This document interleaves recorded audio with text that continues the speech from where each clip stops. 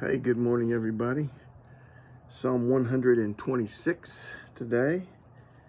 Psalm 126. So this psalm is obviously written in a response to God delivering the children of Israel from Babylon. This is after they've been a nation, and Nebuchadnezzar and Babylon has conquered them, and Nebuchadnezzar took them captive for 70 years.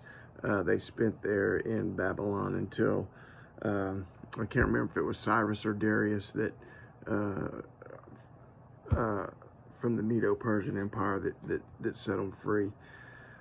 But anyhow, this is obviously a response to that. He says, when the Lord brought back the captivity of Zion, we were like those who dream. Our mouth was filled with laughter, our tongue with singing. They said among the nations, the Lord has done great things for them. The Lord has done great things for us, and we are glad. He said, man, when God brought us back to Jerusalem, we were ecstatic. We were filled with joy. We were filled with laughter. All the people around, all the nations around said, wow, man, God has really done something good for them. And they were praising God. The Lord has done great things for us, and we are glad. We're filled with joy because God has done great things. And I mean, we can all relate to that, right? When God does something really cool in our life, it's just neat and it's just exciting.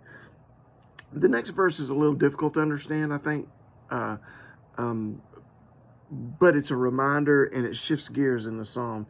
He says, bring back our captivity, O Lord, as the streams in the south. And here's what I think he's saying.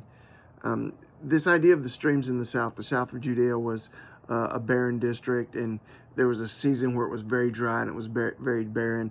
And then there was a season where there was a lot of rain and the rivers swole, and the waters and the rivers and the streams flowed down and nourished the land and replenished it.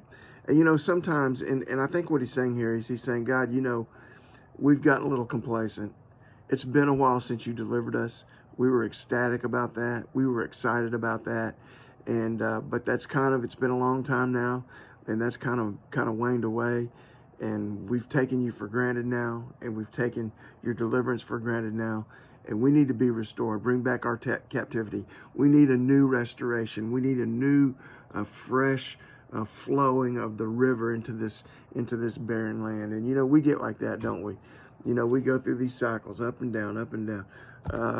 God does something really cool, and we get all excited, and we get on fire for the Lord, and then we turn around, and before you know it, we're back just taking Him for granted and taking everything He does for us for granted, and we're in another season of a dry season, and like we're in the desert again, and we need that restoration again. And so that's what he was saying. He was saying, and then this last part, those who sow in tears will reap in joy.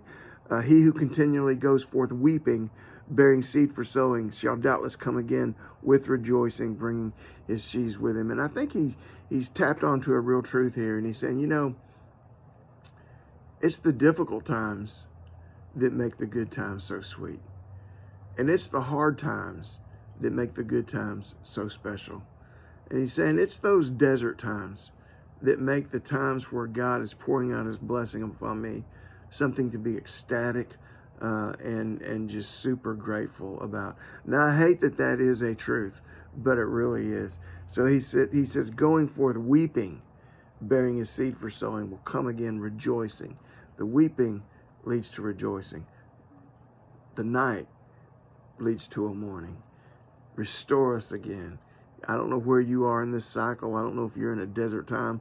I don't know if you're in a time where God is really at work in your life. If He is, just keep your focus, stay the course, keep tapping into who God is and letting Him do great things in your life. If you're in a desert time, just keep pushing forward and keep pressing on, because the rivers are going to flow and you're going to come again rejoicing, bringing your sheaves with Him. God bless you guys. Psalm 126, faith today. Amen.